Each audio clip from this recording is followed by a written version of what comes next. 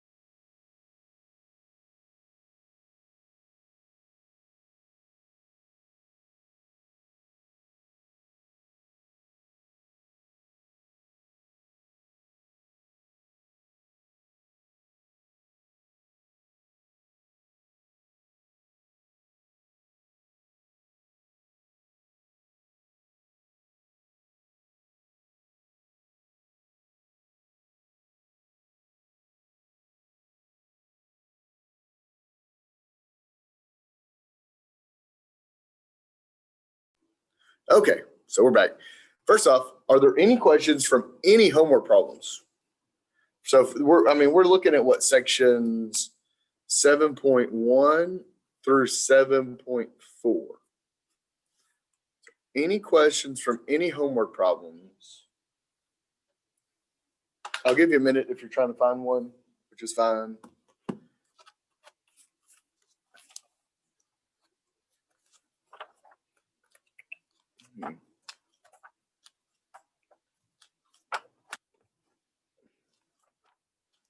I'm going to get to 7.1 in the book real fast. So let me get this a little bit.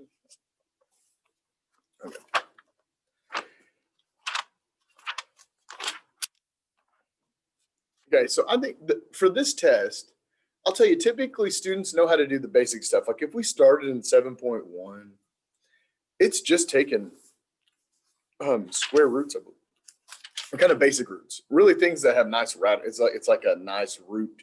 You don't have to worry about really simplifying the radical and having leftover factors or anything like that. So I'm going to go through here and find kind of the harder ones that I think students struggle with in this section. And I'm going to kind of quiz you. We'll kind of treat it like a quiz, like you're taking the test. Now look, guys, I'm going to tell you though, these are the harder ones. I'll give you like kind of review it in like the end of the chapter. I'll give you a nice review too, like questions to focus on, but I'm going to stick to ones that I know in the past students have really kind of struggled with. And you might not think they're that hard, which is great. That means you're on the right track.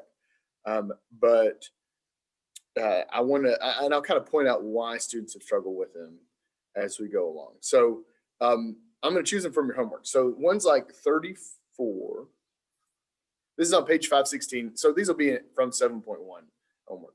34, we've got the cube root of negative 64x to the 6th. And you can start working on these and see if you can get them. I'm going to dig some out that I think you really kind of need to look at.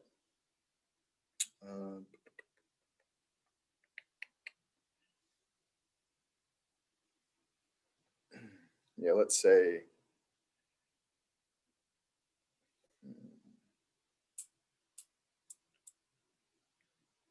yeah, 68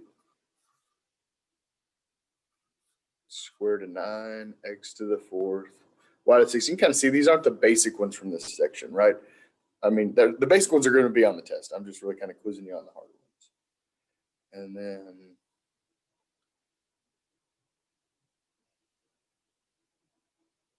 yeah, let's do 78, which was the square root of y to the 10th over 9x to the 6th. So try those three, and I'll give you a few minutes. I mean, we've got a ton of time, right? We should have plenty of time to go over this test. It's not a big deal. Try that.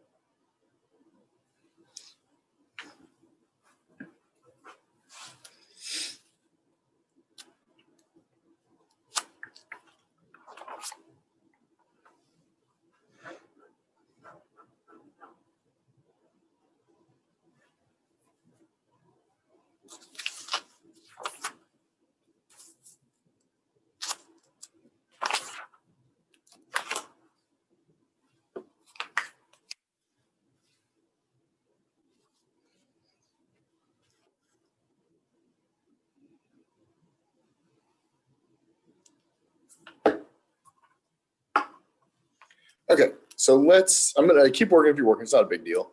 But I'm gonna work on these and see if I can, or see if we can kind of understand what's going on.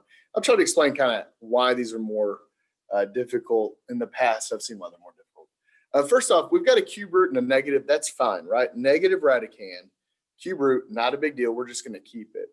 The 64, if you don't know that the cube root of 64 is 4, you've got to break it down. I'll kind of do this over here out of the way. So 64 we know is 8 times 8. And then 8 winds up being 3 2s, right? It's a lot of 2s. Whoop. 6 2s, in fact. So now we're looking for cube root.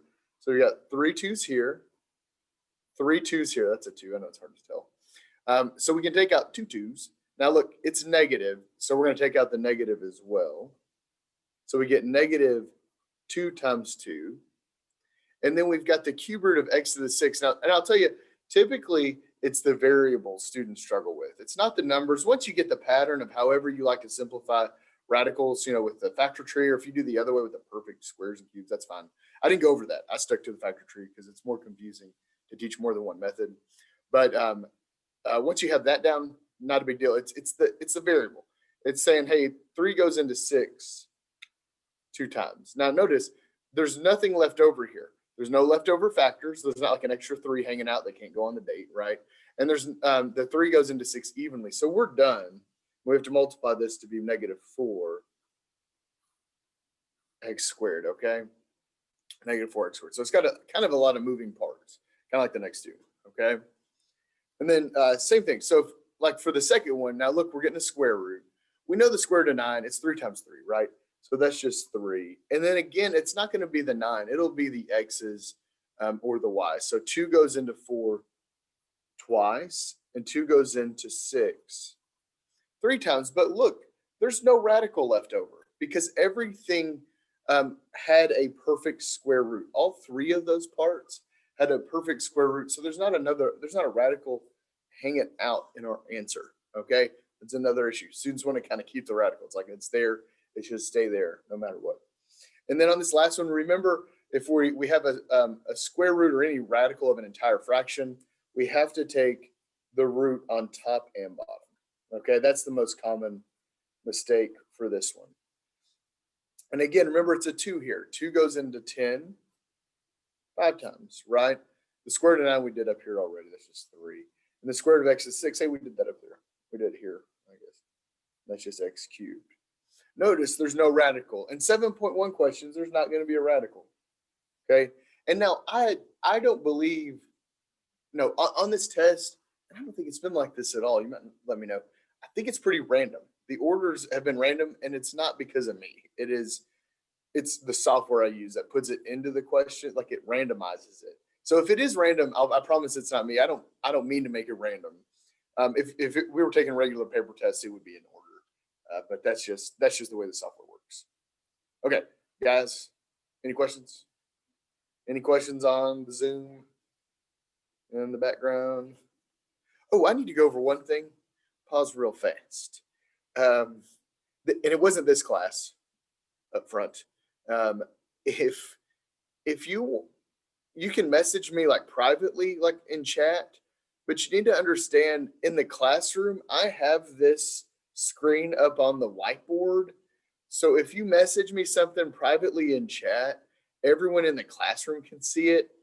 And it happened in another class. Now, there was nothing bad. It was just, she was explaining why she had to miss class. It was kind of a private issue, but I felt a little embarrassed for her because it popped up and everybody could see it. So I want you guys to know that if you guys are on Zoom, if you came into the classroom, you'd see it. It actually, the screen you see is up on the whiteboard. So just be careful. And so if you want to email me something personal, or, I don't mean personal, but if you need to email me something of that nature, just email me. Don't send it in chat. Okay. Okay. Yeah. Okay. Let's go on to 7.2. Now I'm going to go in order here. In the lectures, we went 7.1, 7.3, but just because I'm following along in the book, now we get to 7.2. Now remember, 7.2 is about fractional exponents. So I'm going to give you a few that students struggle with. This is what I'm digging out here. I'm going to say number 14. negative 64 to the 1/2.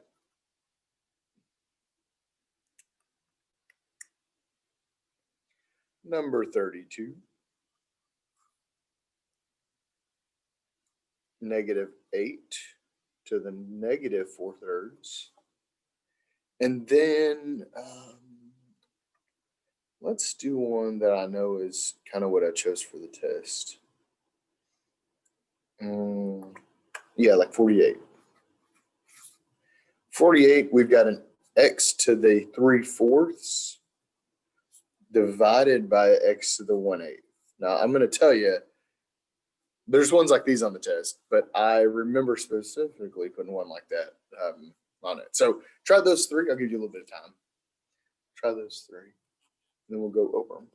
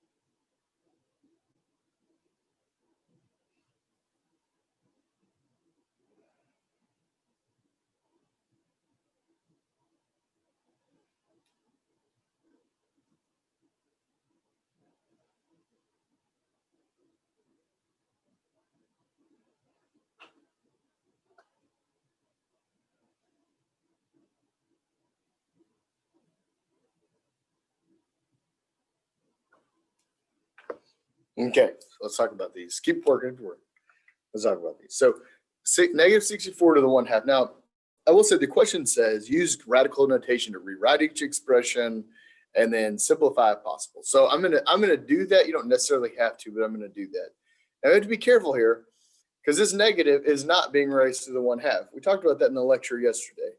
So this is really, if we put it in radical notation, it would be negative square root of 64, right? Remember, raised to the 1/2 is just a square root. So this winds up being negative 8. Okay. If we had parentheses around this, it would be a non-real number, right?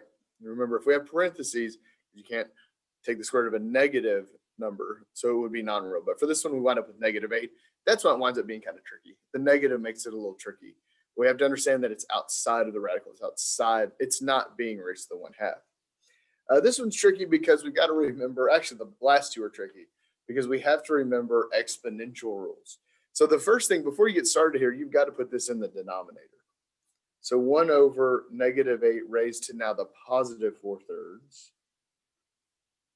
That's probably the most tricky part. After that, we just kind of go simplifying kind of how we did it up here, right? Now we have to remember that the denominator is the root. So we get the cube root of -8 raised to the 4th power, right?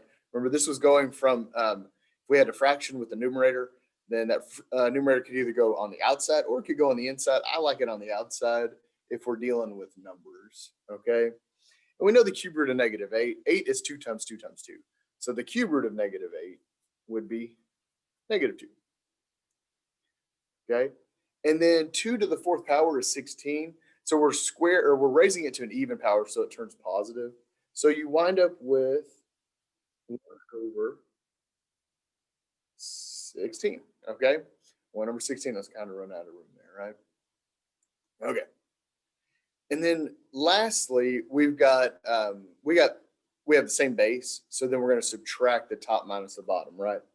So all we really, what students struggle with this one is the subtraction of fractions. So 3/4 minus 1/8. Now I've got to multiply 2 on top and bottom here. So I wind up with 6/8 minus 1/8, right? So you wind up with 6 minus 1, because same denominator, you wind up with 5/8. So this winds up being x to the 5/8. And I believe, now in this question it says, use the properties of exponentials to simplify each expression, write with positive exponents. So we would be done here. If they wanted us to write this with a radical, we'd have to write it as the 8th root of x to the 5th or the 8th root of x raised to the 5th. So it depends on how the question asks. If it wants it answered in exponential notation, boom, this is exponential notation, right? If it wants us to answer it in radical, we'd have to write one of these. And on the test, it'll be both, right? They'll give you both options. Like A would be this or that. Okay, it's not going to be like A is this and then B is that. That's not kosher. Okay. Any questions about these three? These are kind of three of the more challenging questions from that section. I mean, actually, there were some harder ones, but those harder ones aren't going to be on the test. Okay. Questions, comments, concerns? I'm going to keep rocking and rolling. So 7.3 is when we really simplified radicals that couldn't simplify completely, okay? We simplified radicals that couldn't simplify completely. So let me find some that I think you need to focus on.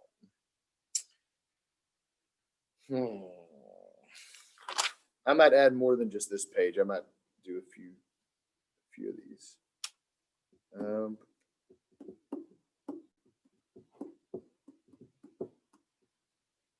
Let's look at, let's say 26.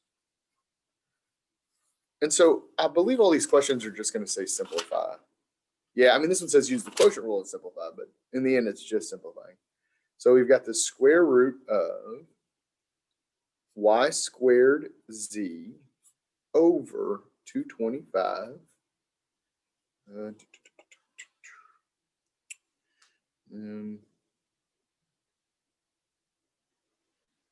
Let's do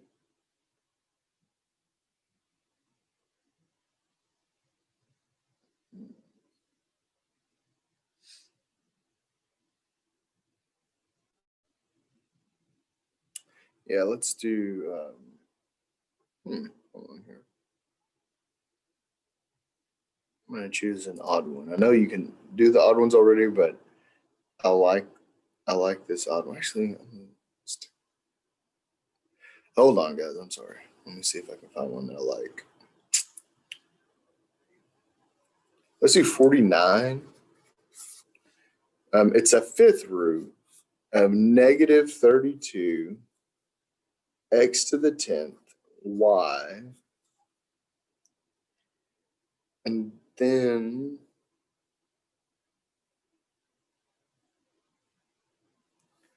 let's do 60. So 4th root, I might need another piece of paper for this one.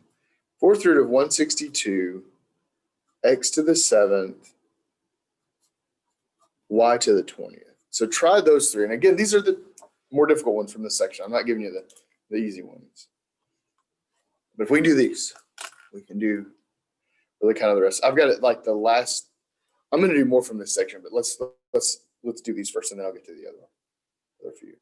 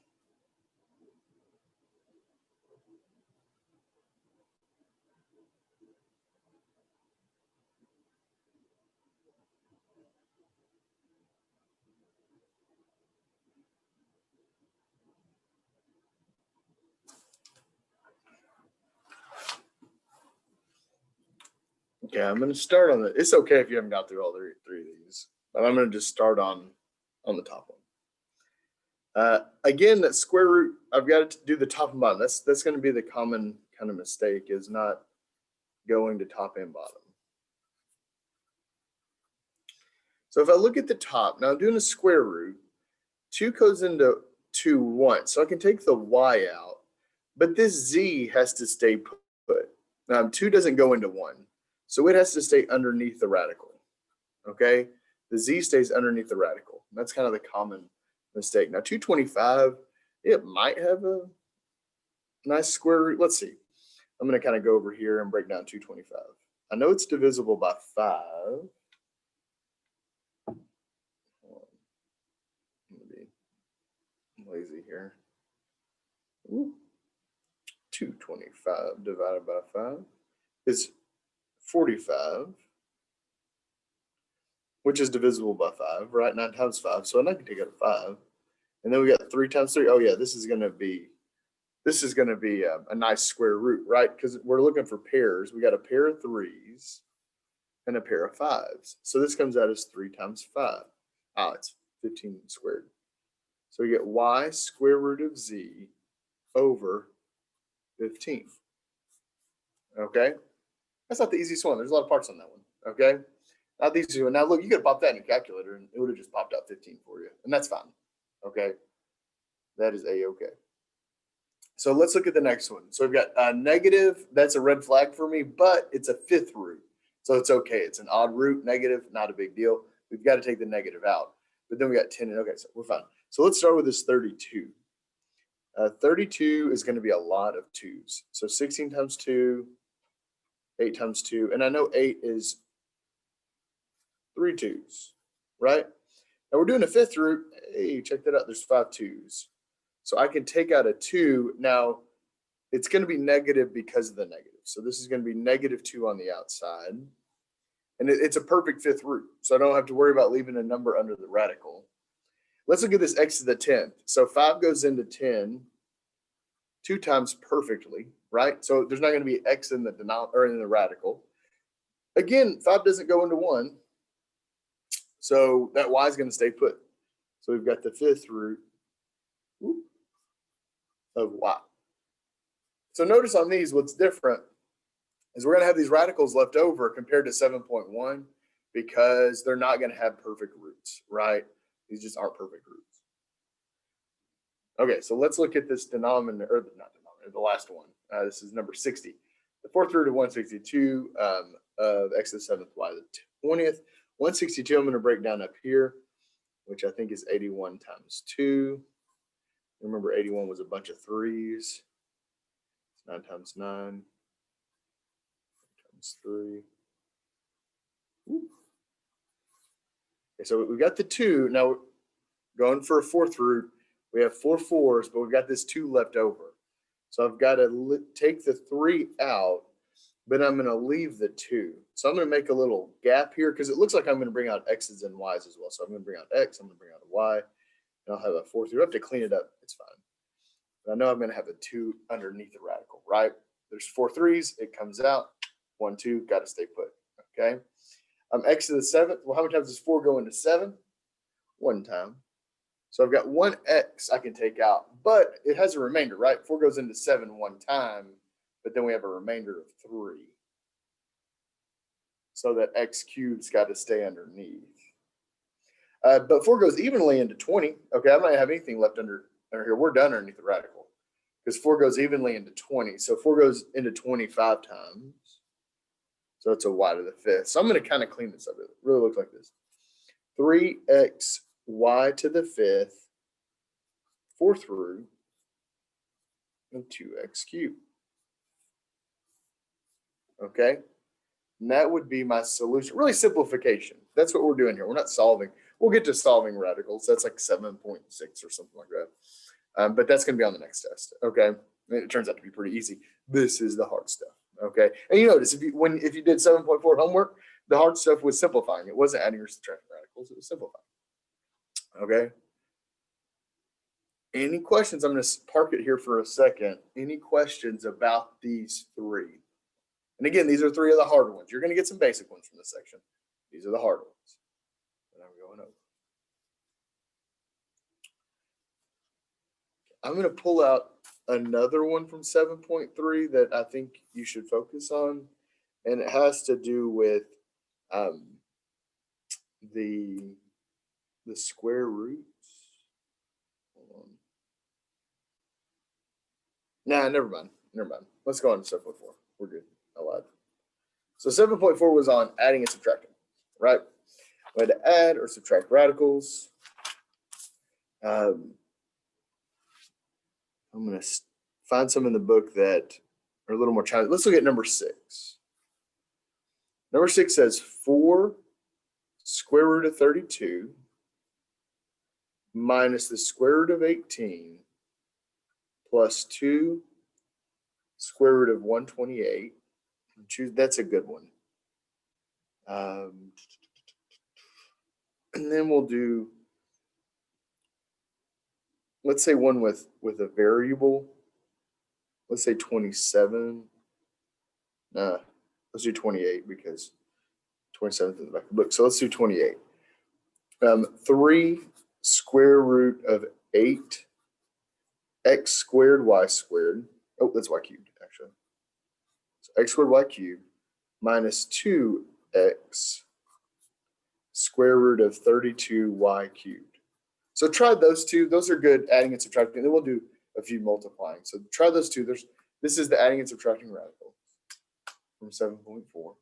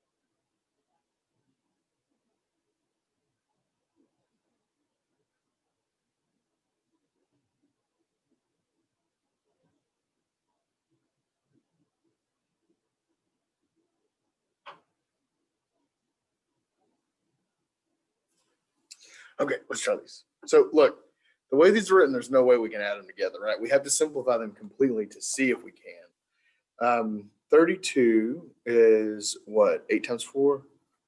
Oh man, yeah. Again, a bunch of twos, right? 1, 2, 3, 4, 5 twos. So I can take a 2 out.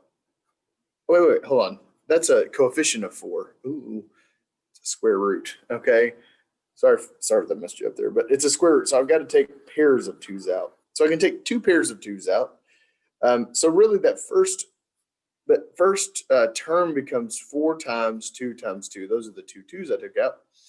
And we've got a 2 left over underneath, right? Minus, let's do 18 now. Oh no, I'm going here. 18 is 9 times 2, 3 times 3. So I can take the 3's out and I'm left with a 2. 128 is a bunch of twos, right? It's going to be 64 times 2. Now, look, you can be a little lazy here. 64's got a square root, right? If you didn't want to break it all the way down, we can see that we've got a pair of 8s. Now, if you broke it all the way down, that's fine. You still wind up seeing that it was like 2 times 2 times 2, right? And there's nothing wrong with that. I'm going to just shortcut it a little bit. So we had 64 times 2. Now, that 2 is left over. Since we have a pair of 8s, we can take the 8 out. Now, there's already a 2 here, so it's 2 times 8, square root of 2. Now, we will be able to add these together once we simplify it a little bit. 4 times 2 times 2, that's 16. Square root of 2. Minus 3 square root of 2 plus 16 square root of 2. Hey, these cancel. Oh, no, those add together. There's no minus. The middle is a minus. So we get 16 plus 16, that's 32. Minus 3, that's 29. Square root of 2. What was this, 6? Yeah, that's the right answer. Okay. So that one took a while. Again, these are the harder ones, right? That one took a while because you have to simplify all 3 terms. You can't just be done right when you see this and say, oh, I'm done. None of them have the same radicand. And we know we have to add radicals. You have to have the same radicand. You have to put a little work in. Okay. Same down here, man. Okay, let's see here. The way it's written, we can't add them together. But let's look at this first radical. I've got an 8. So 8's going to be 2 times 2 times 2. So I can take a 2 out because we're doing the square root. So we'd wind up with, now I'm going to right away, I'm going to multiply that 2 by this 3. So we get 6. And I know I'm going to have a 2 left over. So I'm going to put that 2 there. Square root of x squared, that's just x, right? Square root of y cubed, that's going to be y because 2 goes into 3 once. But then we have a y left over, okay? So I wind up with this simplified as 6xy square root of 2y, okay? Now I've got to do the same thing with this fraction. Now I've already got an x out here. 32 is, hey, we've done 32 already up here, right? 32 winds up being 2 times 2 times 2 times 2 times, right? Bunch of 2s. So I can take 2 2's out from 32. So I get 2, there's already a 2 there. 2 more 2's. And x. Now I've got to simplify the y cubed. I did that over here. So took a y out. Now look, we've got a remainder of 2 there, right? We've got a remaining factor. So we're left with 2y. So we can add these together. Now I'm going to clean this up. We get 6xy square root of 2y minus 8xy square root of 2y. Add these together. So really you add the coefficients. So 6xy minus 8xy, that's a negative 2xy square root of 2y. Awesome. Okay. So that was the adding and subtracting. Again, these are 2 of the harder questions. I'm not pulling easy ones out. Okay. The test, you're going to see a few easier ones, but then there's also going to be one like this. But if we can do these, we can do the easy ones. Okay. So this was the adding and subtracting part of 7.4. The other part was multiplying. So let's look at a few questions where you've got to multiply together numbers. Let's say, yeah, what are you doing with a variable? let's say like number, let's say like 52. So we've got the square root of 5y times the square root of y plus the square root of 5, kind of a basic one. And then let's do one where you have to FOIL it out. Let's say it's like 60. Well, you know what? I know it's odd, but this is kind of goofy looking. So let's do 63 square root of 6 minus 4 square root of 2 times 3 square root of 6 plus 1. Try those two. Those are good examples. We got one with a variable, one with just numbers. One we've just got to distribute. This one you're going to have to FOIL out, right?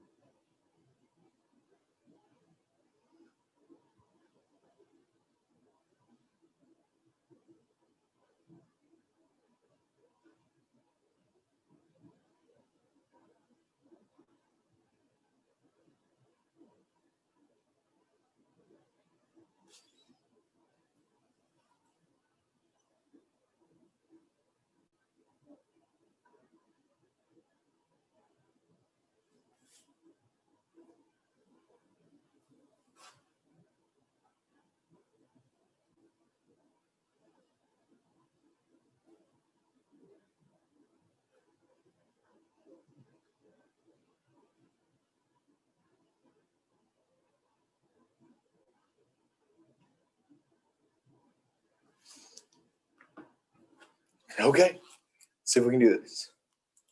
Distribute the square root of 5y. Now remember, we can multiply, actually we multiply all these together because they've got the same root, right? So the square root of 5y times the square root of y winds up being the square root of 5y squared, right? Plus the square root of 5y times the square root of 5, that would be the square root of 25y. 5 times 5 gives you the 25. We've already got the y underneath there. Both of these are going to simplify in different ways. This first one, we can't do anything with the 5. It's a prime number.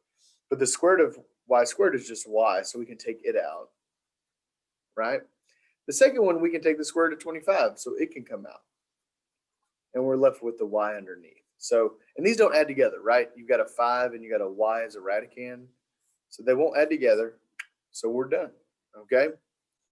The second one, so let's distribute this through. So the square root of 6 times 3 square root of 6. So this would be 3 square root of 36, right? We have to multiply it under the radical.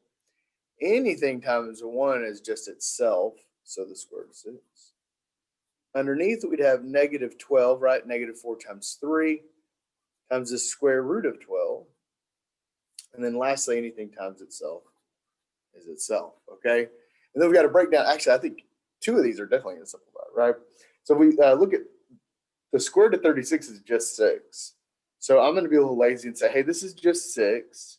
6 times 3 is 18, right? Plus the square root of 6 doesn't break down. Now this 12 does though. 12 is 6 times 2, 3 times 2. So we've got a pair of 2s. Now this 3 is left over. So we've got a pair of 2's we can take out of this radical, and we can multiply, we have to multiply it actually with that negative 12. So it winds up being negative 24 because you multiply it with that pair of 2's. And then there's a 3 left over, minus 4 square root of 2. Okay? And now I've got to look at this and think, hey, can I add any of these together? Well, we got an integer. We've got a radicand of 6, 3, and 2. No, this is done actually. You cannot combine any of these, okay? So we are done right here. Okay? Questions? Okay, I'm going to do 2 more, and they're kind of going to lead us into the next few sections. So it's not that this one, these 2 are going to be on the test per se, but they are going to wind up being important moving forward. So it's not a bad spot to bring them in. So let's say we had, making these up. So let's say we had 5x plus the square root of y times 5x minus the square root of y. Okay. And then let's say we had 2 square root of 3 minus the square root of 7 times 2 square root of 3 plus the square root of 7. So you got to FOIL both of these out, and something neat kind of happens when you do that. But let's look at these 2. And really, again, I don't think they'll be on the test per se, but this is what's the content for 7.4. It is multiplying radicals.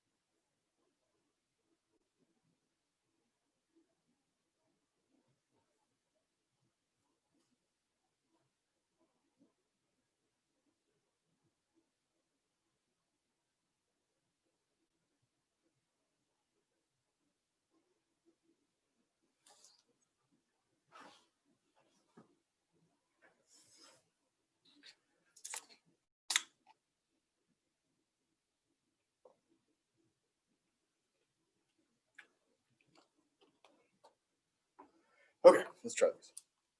So first, I've got to FOIL these out, right? So 5x times 5x. Well, we know that's just 25x squared. Outside, we wind up with, well, we can't like necessarily multiply them together, but we have to write them as coefficients. Actually, it's going to be a minus sign. We have to multiply them as coefficients. So 5x square root of y. Inside, exact same thing, 5x square root of y. Lastly, we wind up with a minus square root of y squared, right? And what's neat is these middle two cancel each other out. You can add them together. They've got the same radicand, and they have the opposite coefficients, so they go away. So you wind up with 25x squared. Now the square root of y squared is just y. So minus, because of the minus sign, minus y. Kind of neat, okay? So let's do this bottom one. So first, now if I multiply 2 squared to 3, 2 squared to 3, got to multiply the 2's together, 4, the 3's together, 9, right? Outside, we'd have, we just multiply underneath the radical. So we get plus 2 square root of 21. Inside, we get the same, but opposite, right? 2 square root of 21. And lastly, we get a minus sign and the square root of 49, okay? Minus the square root of 49. Now, again, the same thing happens. The middle two can add together, but they cancel each other out because they're opposite coefficients. So these go away. The first term, though, becomes 4 times 3. The second term just becomes 7. Or I'm sorry, not second term, but the last term becomes 7. So this winds up being 12 minus 7, 5, okay? So look, what's neat about both of these, look, we started with radicals, we didn't end with radicals. Neither one of these have radicals in the simplification. So we're going to utilize this, and these are called, oh my Lord, I forgot what they're called. Conjugates, okay? These are called conjugates of each other. Conjugates look like this, a plus b times a minus b, okay? You know, order doesn't matter. It could be a minus b times a plus b. But these are called conjugates. And when you multiply conjugates with square roots, turns out they get rid of the radical. They get rid of the square root. Kind of neat, okay? Now, we don't need to know that part for 7.4, but we do need to know how to multiply them, okay? That's going to be the part we need for 7.4. Okay, any questions? That's a great review. I'm going to go over some more stuff, though, on the structure of class for the last few weeks. But are there any questions about the review before I go over some really important information about like the class? Okay, good. So first off, the college algebra class is going to start directly after this first 7-week class. Usually we have a week off. I know you guys might not know that because you haven't taken the 7-week before, but so it'll start right after it. That's not a big deal. What did I want to tell you? It just crossed my mind. Hold on. Let me see something real fast. Because we're on, I'm gonna try to look at the schedule real fast to make sure I'm not off. Yeah, so we've got 2 more weeks. This is week 5. We have 2 more weeks. The last week won't have a regular test. It's just going to have the final. And so I can't do, look, the last week has a hard due date. Some of you guys I know have been, you know, if I've given a few of you guys like an extra day if you've needed it. And I've been very lenient with that. I know I haven't really said that to the whole class, but I've given a few people an extra day or 2 because I know this semester is just so crazy. And this is the semester of forgiveness, right? So if you wind up just needing an extra day, let me know. I don't mind opening up the test for you an extra day. A lot of people don't take advantage of that because they're like, no, I want to get it over with. Like I want to get the homework done, get it over with, and it's fine. Let me just hold on a second. I'm going to show you me. So hold on. Oh no, that's not what I want. Yeah, that's hold on. Yeah, there we go. Okay, so I'm back. All right. Trying to get my mask right. But yeah, so the last week though, we're going to transition. Okay, this is a new mask. It's been kind of goofy. The last week though, I have to transition directly over to college algebra, so we kind of have to be a little prepared for college algebra. So I'm probably going to send out the syllabi over the next week or so for college algebra, so you can check it out. Okay, that way, if you want to buy the book, I'm going to tell you that college algebra book we use is only like $5 or $6 online.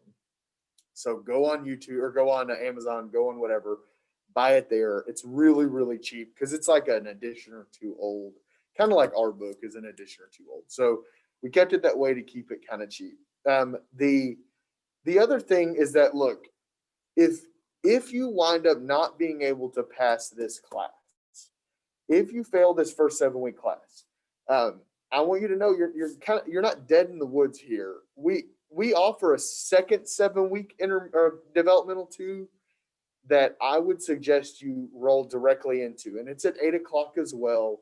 So it's not like the time is any different. You can go right into it, and then you can be prepared to take college algebra in the spring to get it out of the way. Okay, so I would do if I was going to strategically do that, especially, and I'm an advisor as well. If you want to ask me advising questions, that's fine. But as an advisor, if you kind of go into it and you kind of know, I think I'm gonna fail this class, go see your advisor. Actually, I can help you too. It's not a big deal. It doesn't have to be your direct advisor. But I would get into that intermediate, or we used to call it intermediate. Now it's developmental algebra 2. So I would get into that developmental algebra 2 class the second 7 week. The biggest issue is we don't have a gap week in between now. So like it's gonna be like the last minute when you get your final grade, right? So that's the tough part about this final is that it's going to be a little more difficult. Where if you do need to strategically move over, you're not going to have as much time. So because of that, just I'm gonna let you know. Email me and I can help you with that. Don't feel like you're lost if that happens, and don't feel like you failed. I mean, some people just need to take this class twice. Guys, the coronavirus is crazy. It's making everybody's life a little harder, and it's messing with my ability to communicate right now. This is a comedy of errors. Hold on. But anyway, so if you need advising help, you can get with me, your advisor, student services. Just please don't feel like you're lost. I know the worst part about being fully online for a lot of us is the fact we're not on campus. So it's not like you can run over to Roller and ask a question real fast, or run over to financial aid and ask a question. So because of that, just please don't be afraid to ask. I answer my emails usually. No, I'm really good about answering emails. Okay. So does anybody have any, and I'm going to stop YouTube real fast. That way this won't be saved.